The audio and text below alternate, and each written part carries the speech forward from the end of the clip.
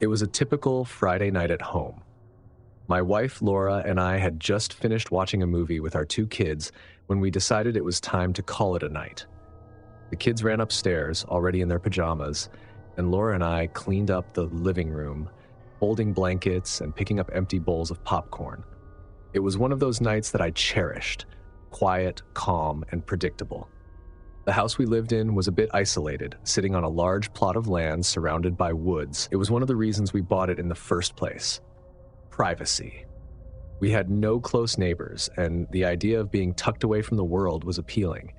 But on nights like this, when the house was dark and the wind whispered through the trees, that same isolation felt a little unnerving. After tucking the kids in and checking all the doors, I headed to bed, expecting nothing more than a quiet night's sleep. I had no idea the night was just getting started. It was around 2 a.m. when I woke up. At first, I wasn't sure what had stirred me from sleep, but as I lay there, listening to the soft sound of Laura's breathing beside me, I heard it, a faint tapping noise. I sat up in bed, trying to figure out where it was coming from. It was slow and rhythmic, like someone lightly tapping on glass. My heart rate picked up as I looked toward the window. It was dark outside, and the moonlight cast long shadows across the yard. I tried to convince myself it was just the wind, but the tapping continued, deliberate and constant. I slipped out of bed as quietly as I could, careful not to wake Laura. I grabbed my phone from the nightstand and used its light to guide me down the hall. As I reached the top of the stairs, I paused, listening again. The sound was coming from the living room, from one of the large windows that overlooked the front yard. I took a deep breath and crept down the stairs. As I neared the living room, I felt a cold sweat break out on my forehead. The house was silent except for that persistent tapping. When I reached the window, I saw it, a figure standing just outside, illuminated by the faint moonlight. The figure was barely visible, but they were there, their hand tapping slowly against the glass. I froze, my breath catching in my throat. The figure was just standing there, watching the house and tapping slowly against the glass. I don't know how long I stood there, staring at the shadowy figure outside. It could have been seconds, but it felt like hours. I couldn't fully process what I was looking at. Who would be out here, in the middle of the night, tapping on our window? Suddenly, the figure stepped back, melting into the darkness of the yard. My heart raced as I pressed my face closer to the glass, searching for any sign of movement. But there was nothing, just the empty yard and the dark outline of the trees beyond. I reached for the light switch and flicked it on, casting a warm glow across the living room. My eyes darted to the window again, but the figure was gone. I wanted to believe it was just a trick of my imagination, shadows playing with my mind, but deep down, I couldn't deny what I saw. Still shaken, I double-checked the locks on the doors and windows before heading back upstairs. I tried to convince myself it was nothing, but the unease followed me back to bed, and I spent the rest of the night lying awake, listening for any sound that might indicate the figure had returned. The next morning, I decided not to tell Laura about what I had seen. I didn't want to worry her, especially if it turned out to be nothing. But the unease stayed with me all day. I found myself looking out the windows more often than usual, expecting to see that shadowy figure standing in the yard again. And it wasn't until the following night that things escalated. We had just finished dinner, and the kids were upstairs getting ready for bed. Laura and I were sitting in the living room, catching up on a show, when it happened again. The tapping. This time, it wasn't faint or distant. It was louder, more insistent, coming from the window just a few feet away from where we were sitting. Laura turned to me, her eyes wide with confusion and fear. "Did you hear that?" she asked. I nodded, my pulse quickening. I motioned for Laura to stay where she was. As I approached the window, I shined the flashlight outside, sweeping it across the yard. And there it was again, the same figure, standing just beyond the reach of the light. "Who's there?" I called out, my voice stronger than I felt. The figure didn't respond. I took a step closer to the window, but the moment I did, the figure retreated into the darkness, disappearing among the trees. Laura joined me at the window, her face pale. "What's going on?" she whispered. "Why are they doing this?" "I don't know," I replied, my voice shaking. "But I'm calling the police." The police arrived about 20 minutes later, their flashing lights casting an eerie glow over our yard. 2 officers walked the perimeter of the house, checking the windows and doors, while another took my statement. "Did you get a good look at the person?" the officer asked, jotting down notes in his notepad. I shook my head. No, they were standing in the shadows. I couldn't see their face. The officer nodded, his expression calm but concerned. We'll patrol the area and keep an eye out, but it could be a prank. It happens sometimes in more remote areas like this." "A prank?" Laura repeated, her voice filled with disbelief. "Who would do something like this?" The officer didn't have an answer. After the police left, we tried to go about our evening as normally as possible, but the tension in the house was palpable. We were on edge. I stayed up late that night, sitting by the window, watching the yard, waiting for the figure to return. But the hours passed in silence, and by the time dawn broke, I was left wondering if the worst was still to come. For the next few nights, things were quiet. There were no more tapping sounds, no shadowy figures in the yard. I started to think that maybe the police were right. Maybe it had just been a prank, someone trying to scare us for fun. But then, on the 5th night, it happened. We had all gone to bed. After what had happened, we started taking the children to sleep with us in our room. The house was quiet and still. I was half asleep when I heard it, a soft, almost imperceptible creak. My eyes flew open, and I sat up in bed, listening. The sound came again. This time it was closer. A faint shuffle, like someone moving carefully through the hallway. My heart dropped. Someone was inside the house. I reached over and shook Laura awake, motioning for her to stay quiet.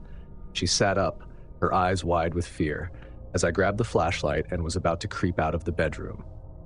That's when I saw him. The figure was standing at the doorway of our bedroom, his silhouette barely visible in the dim light. But I could see the gleam of something in his hand. A knife. For a moment I couldn't breathe. The feeling of terror hit me like a punch to the gut, sudden and suffocating. The knife catching the faint glow from the hallway.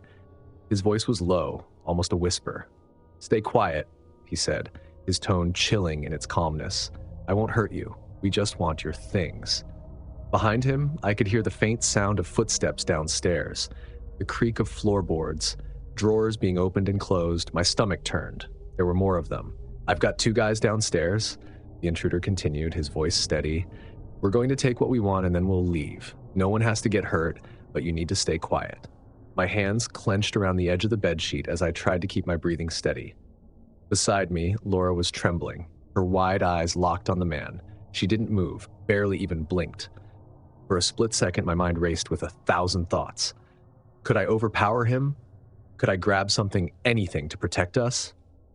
But the knife glinted again in the doorway, and that's when it hit me, how powerless I really was. I couldn't save my family. I couldn't stop this from happening. I was at the mercy of this man, of these people who had turned our home into a prison. The realization settled into my bones like ice, the fear no longer just in my head, but in every fiber of my body, paralyzing me with its cold grip. In that moment, I wasn't just scared. I was completely and utterly helpless. And that, more than anything, was the worst part. I nodded, my voice barely a whisper. "Okay, just don't hurt my family." The man's expression didn't change. He stood there, watching us, his eyes cold and empty. The sound of rummaging downstairs grew louder. Voices, footsteps, the sound of things being tossed aside. Every second felt like an eternity. I kept expecting the man to lunge forward to do something unpredictable. But he just stood there, like a predator waiting for his prey to settle. Minutes passed, though it felt like hours, until finally the noises downstairs began to fade. A voice called up from below, "We're done." The man at the door gave a small nod, as if signaling to someone only he could see. "Remember," he said, his voice as cold as the knife in his hand, "stay quiet." He backed out of the room, his steps slow and deliberate, never turning his back on us. I could hear him retreating down the stairs, the creak of the floorboards growing fainter with each step. The kids were still sleeping. Laura and I didn't move.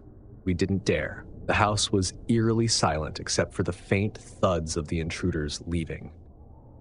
When the front door finally clicked shut, I let out the breath I didn't know I had been holding. My whole body shook as I scrambled out of bed, rushing to lock the door behind them. Laura collapsed into sobs, and I grabbed her, holding her as tightly as I could. We didn't call the police right away. We were too scared, too shaken to even think clearly. It wasn't until an hour later, when the fear gave way to anger, that I finally picked up the phone. The police arrived within minutes, but it was too late. The intruders were gone. They had taken everything they could: electronics, jewelry, even the kids' piggy banks. But the worst part wasn't what they took. It was the violation, the feeling of being completely powerless in our own home. The police told us the same thing they always say in these situations: change the locks, get security cameras. But none of that really helped. For weeks, I couldn't shake the feeling that they were still out there, watching. Every creak in the house sent me into a panic. Every night as I lay in bed, I replayed that moment, the figure standing in the doorway, the knife in his hand, and the cold, empty promise that they wouldn't hurt us. But the truth was, they already had.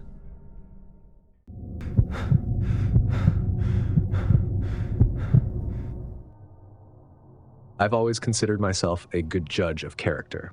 My wife, Megan, jokes that I can read people the moment I meet them, and I've prided myself on that skill. We had moved into our new house about a year ago. It felt like the perfect place to raise our son, Connor. It wasn't long before we got to know our neighbors. There was Mrs. Thompson across the street who loved to bring over baked goods, the young couple next door who had just gotten married, and then there was Greg.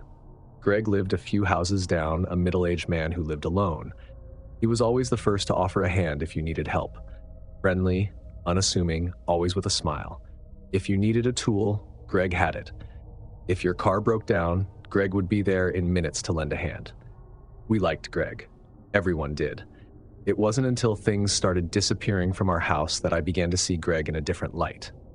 It started with small things, items we could easily overlook. A pair of sunglasses, my phone charger, and Megan's hairbrush. Things we chalked up to being misplaced, nothing more. We had a 3-year-old after all, and toddlers are notorious for moving things around the house.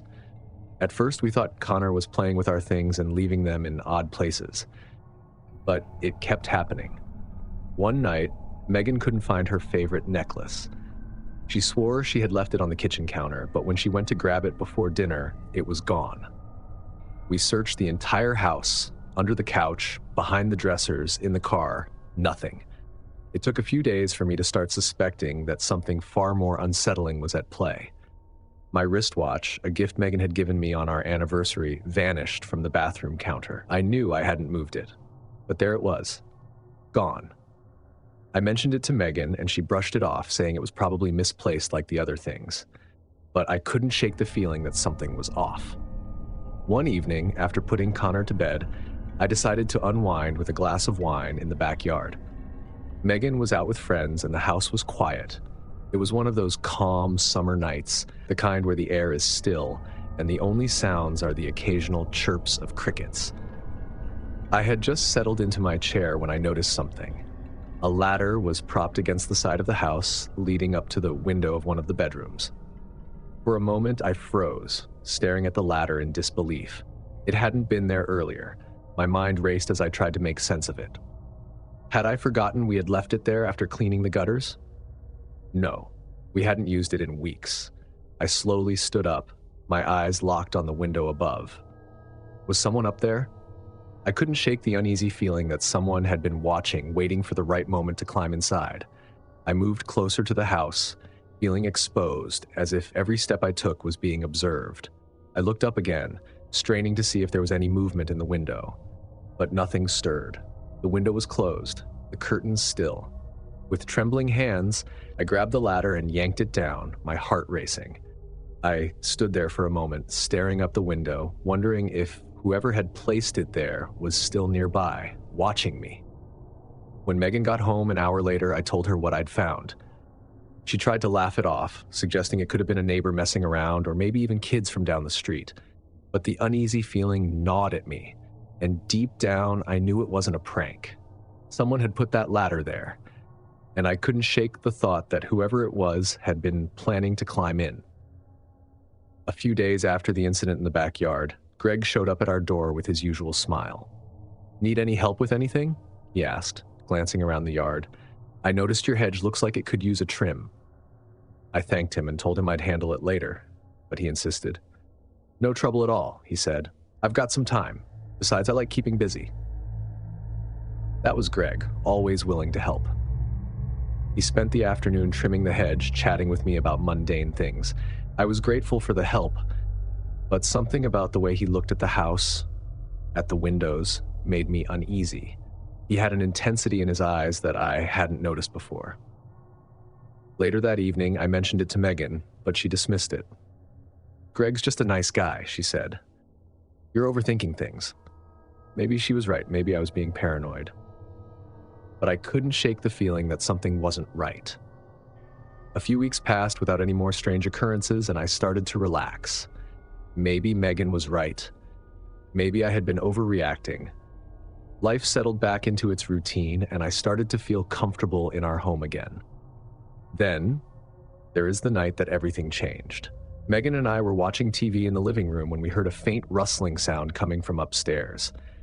At first, we thought it was Connor. Maybe he had woken up and was playing in his room.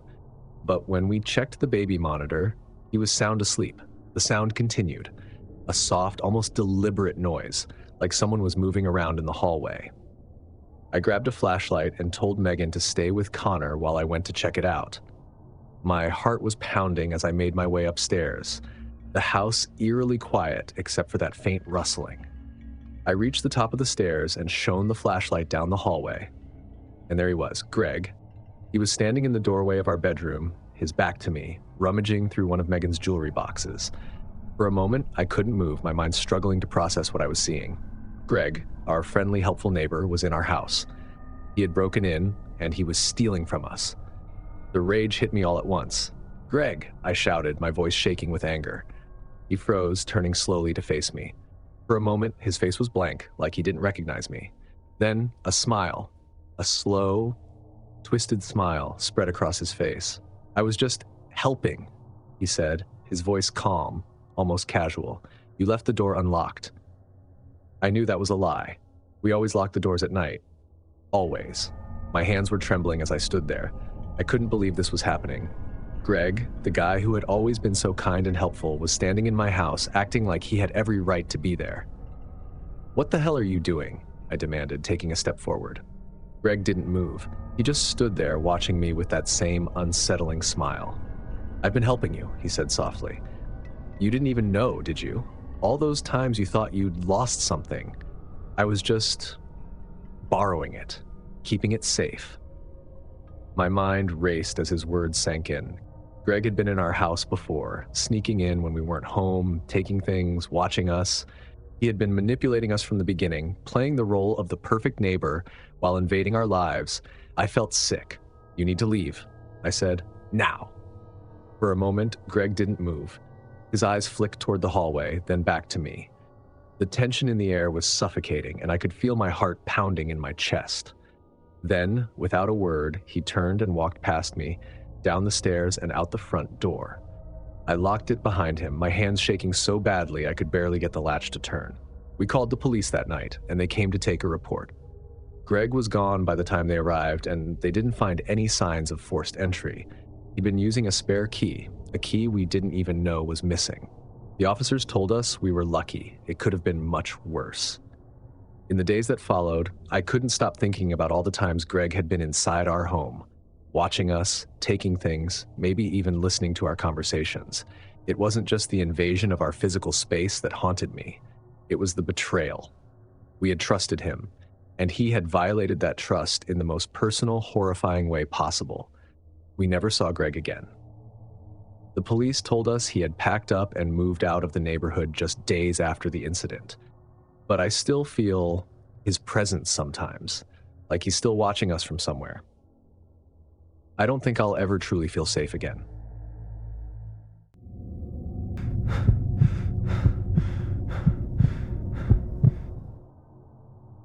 When we moved into our new house, everything seemed perfect.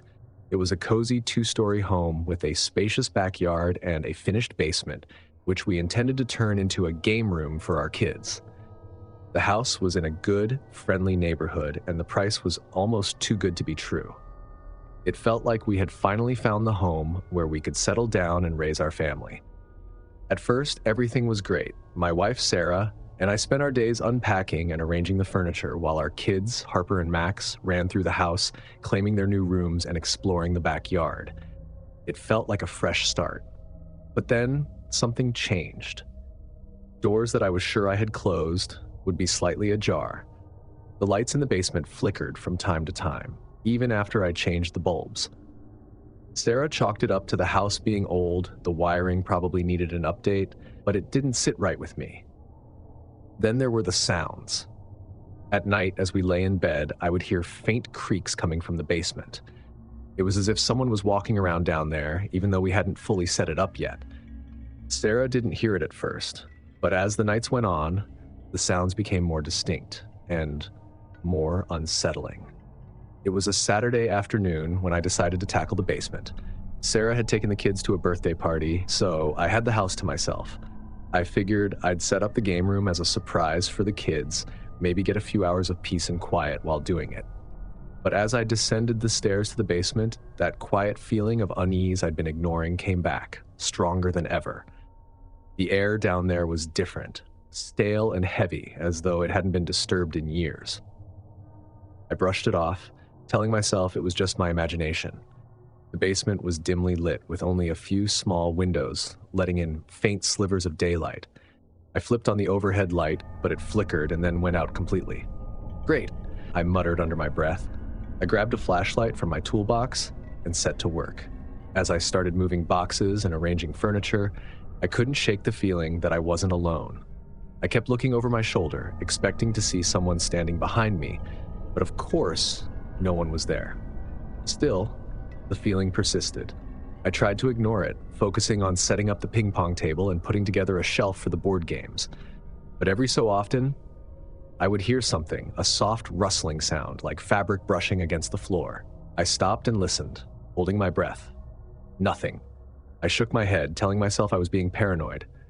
It was just the basement. Dark, old basements always felt creepy, right? But as I resumed my work, the hairs on the back of my neck stood up. I felt something, a presence, a cold draft that seemed to move through the room, even though the windows were shut. I didn't stay down there much longer after that. Over the next few days, the strange occurrences became more frequent. Sarah noticed it too. She would come into the kitchen in the morning and find the basement door open, even though we were both sure we had closed it the night before. We heard more noises at night, footsteps, whispers, and once, a faint knock coming from the basement door. One evening, after putting the kids to bed, Sarah and I were watching TV in the living room when we heard a loud thump coming from the basement. It was so sudden and so loud that we both jumped, our eyes meeting with a shared look of alarm. "I'll go check it out," I said, trying to sound more confident than I felt. I grabbed a flashlight and slowly made my way to the basement door. As I reached for the handle, I hesitated. There was something about the basement that felt wrong. Like it wasn't just part of the house, but something separate. Something darker. I shook off the feeling and opened the door. The air was cold, colder than it should have been. I descended the stairs, my flashlight sweeping the room, but everything seemed to be in its place. No boxes had fallen, no furniture was overturned. Nothing was out of the ordinary, except for the fact that the temperature felt like it had dropped 10 degrees. I stood there for a moment, my breath visible in the beam of the flashlight, waiting for something to happen. But nothing did. I went back upstairs, but the sense of dread lingered. It wasn't long before Harper and Max started noticing things too. Harper, our 8-year-old, came to us one night, saying she didn't want to sleep in her room anymore. "Why, sweetheart?"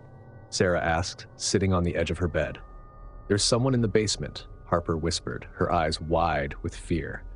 I felt a chill run down my spine. "What do you mean, someone in the basement?" "I hear them," Harper said. "At night, they walk around and sometimes they knock on the door." My heart sank. Sarah shot me a look that told me she was just as unsettled as I was. We assured Harper that there was no one in the basement, that it was just the house settling, but she wasn't convinced. And honestly, neither was I. Max, who was only 5, started refusing to go downstairs altogether. He said the basement made him feel cold and that it smelled funny. We tried to reassure him, but the truth was I understood exactly what he meant. There was something in the basement, and it was growing more bold. One night, about a month after we had moved in, things reached a terrifying climax. It was just after midnight when Sarah and I were jolted awake by the sound of something crashing in the basement. This time, it wasn't just a soft thump or a distant knock. It was loud and violent, like something or someone was tearing the place apart. I jumped out of bed, adrenaline pumping through my veins. Sarah was already grabbing her phone to call the police. "I'm going down there," I said, grabbing the baseball bat I kept in the closet. Sarah looked at me with wide eyes, fear etched across her face. "Be careful." I nodded and made my way down the stairs, the bat clenched tightly in my hands. The crashing sounds had stopped, but the silence that followed was even more unnerving. When I reached the basement door, I hesitated. My hand hovered over the doorknob, and for a brief moment, I considered turning back, but something deep inside urged me to push forward. I opened the door. The basement was pitch black, the overhead light having gone out again. I flicked on my flashlight and descended the stairs. As I reached the bottom step, the flashlight illuminated something that made my heart stop. The furniture had been moved, every piece. The ping pong table was overturned, the shelves knocked down, boxes scattered across the floor. But that wasn't the worst part. As I moved closer to the far corner, a strange sensation prickled the back of my neck, like I was being watched. That's when I saw him. Hunched over, hidden behind an old dresser, a man sat on a pile of dirty blankets, his wild eyes staring back at me. His clothes were filthy, his hair matted, and he reeked of sweat and grime.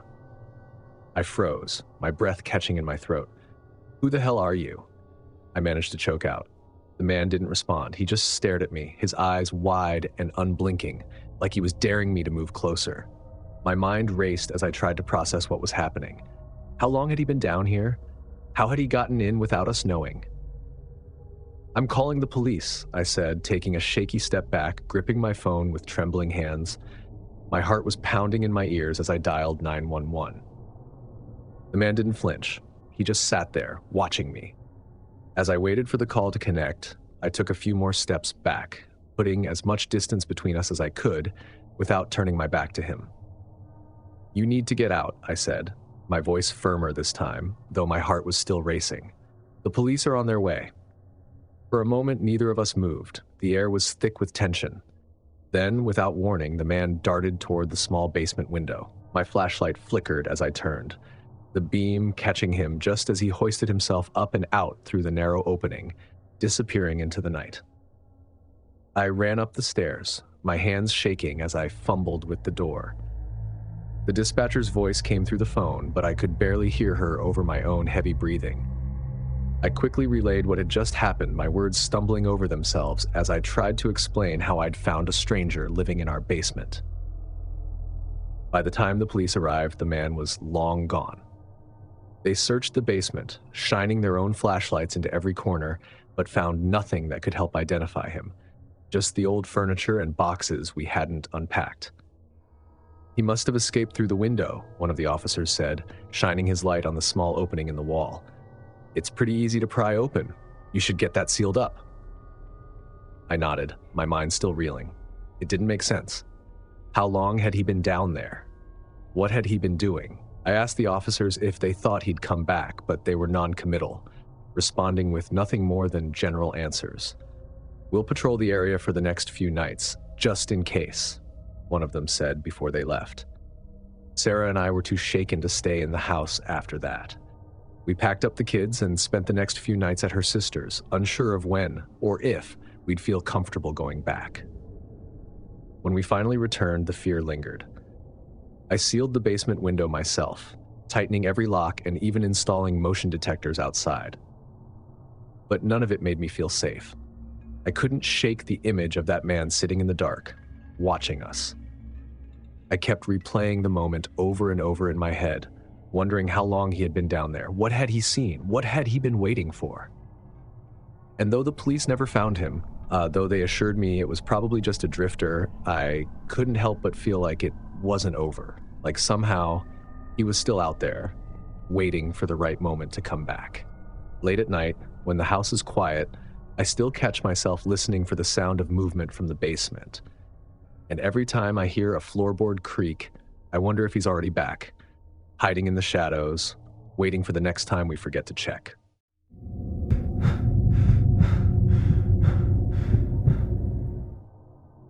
It was a Saturday evening, just like any other.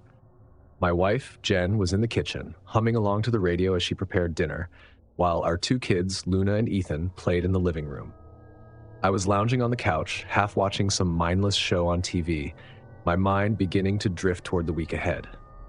It was peaceful, and there was nothing out of the ordinary, nothing that set off any alarms.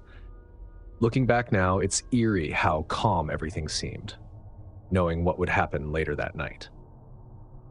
Our house sat on the edge of a quiet suburb, backed by woods that stretched for miles. It was the perfect spot, far enough from the city to feel secluded, but close enough for convenience. We had been here for about 3 years, and in all that time, I had never felt unsafe. We were careful, of course. We had a security system, locks on all the doors and windows, and we always made sure everything was secured before heading to bed. But none of that mattered that night. Dinner was a simple affair, spaghetti and meatballs, something the kids loved. We ate together, laughing about something Ethan said, the warmth of the evening wrapping us in a sense of contentment. Afterward, we settled into our usual routine. Jen and I cleaned up, and the kids got ready for bed. It wasn't until I went outside to take the trash out that I noticed something strange. As I stepped onto the back porch, a chill ran down my spine, despite the warm summer air. The woods behind our house were darker than usual. I paused for a moment, squinting into the trees, trying to shake off the unease creeping up my back. That's when I noticed something, a faint rustling sound, just beyond the tree line. It could have been anything, a deer, a stray cat, but there was something about it that made me stop in my tracks. I stood there, listening intently, but the sound disappeared. I shook my head, assuming it wasn't anything worth worrying about. After all, we lived near the woods. Strange noises were normal, right? But as I turned to go back inside, I noticed something just in my peripheral vision. A shadow, barely visible in the fading light, moved between the trees. My breath caught in my throat, and I froze, staring into the darkness, trying to figure out what I had just seen. Could have been just a light distortion. I muttered to myself, forcing my legs to move and get back inside. But as I shut the door and locked it behind me, the uneasy feeling lingered. Later that night, after the kids were in bed and the house had settled into its usual quiet, Jen and I curled up on the couch to watch a movie. I had almost forgotten about the strange shadow in the woods when a loud bang echoed from outside. Jen jolted upright, her eyes wide. "What was that?" she asked, her voice tight with fear. I shook my head.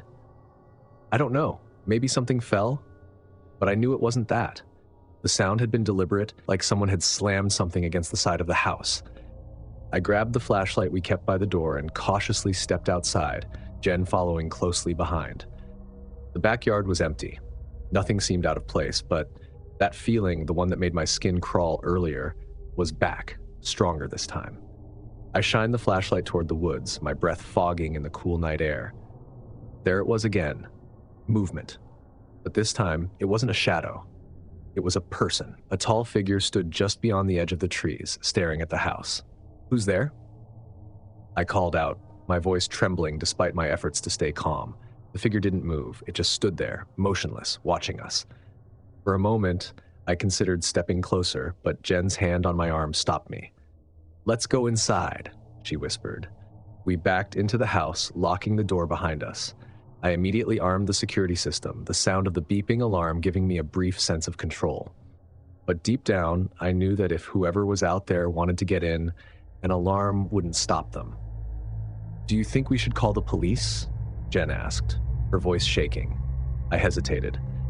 What could I tell them? That someone was standing in our yard? That we felt watched?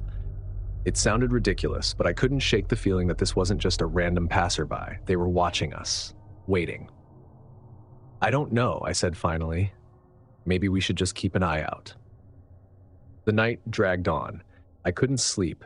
Every gust of wind outside the window felt like a threat, and every time I closed my eyes, I saw that figure standing there, watching. It was around 3 a.m. when it happened. I had finally dozed off when the sound of shattering glass jolted me awake.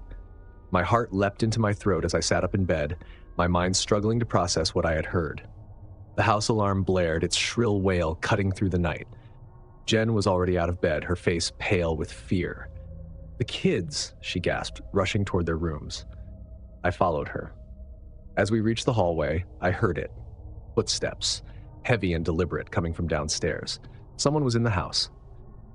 My mind raced as I grabbed the baseball bat I kept in the closet, trying to think of a plan. The intruder had broken in through the kitchen window, and from the sound of it, they were making their way toward the stairs.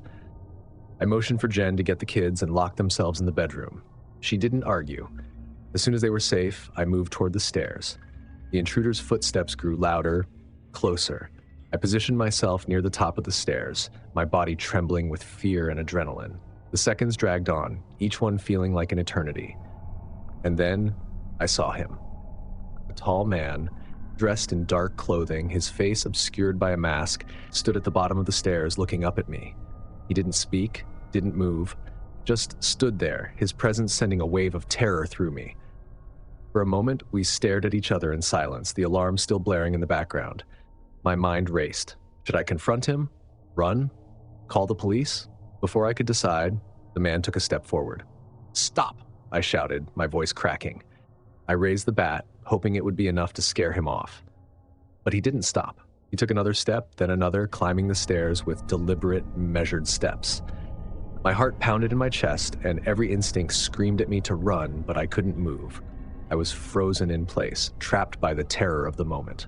Suddenly, there was a flash of movement behind the intruder, red and blue lights illuminating the darkness. The police had arrived. The man turned, hesitating for a split second before bolting toward the shattered kitchen window.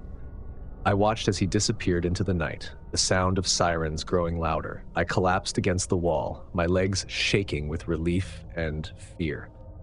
The police searched the area, but they didn't find him. Whoever had broken into our house was gone, leaving nothing but shattered glass and the lingering terror of what could have happened. In the days that followed, we learned that the break-in hadn't been random. The man had been watching us for weeks, studying our routine, learning when we were most vulnerable.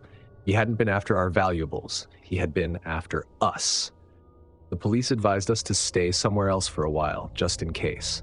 We never caught the man who broke in that night. He vanished into the darkness, leaving us to live with the fear that he might return. And every time I hear a noise outside, I wonder, will he come back? If these chilling home invasion stories left you on edge, make sure to hit that like button and share your thoughts in the comments below. Don't forget to subscribe and turn on notifications so you never miss a new terrifying tale. Stay safe, lock your doors, and remember, sometimes the real horror is closer than you think. Thanks for watching, and I'll see you in the next nightmare.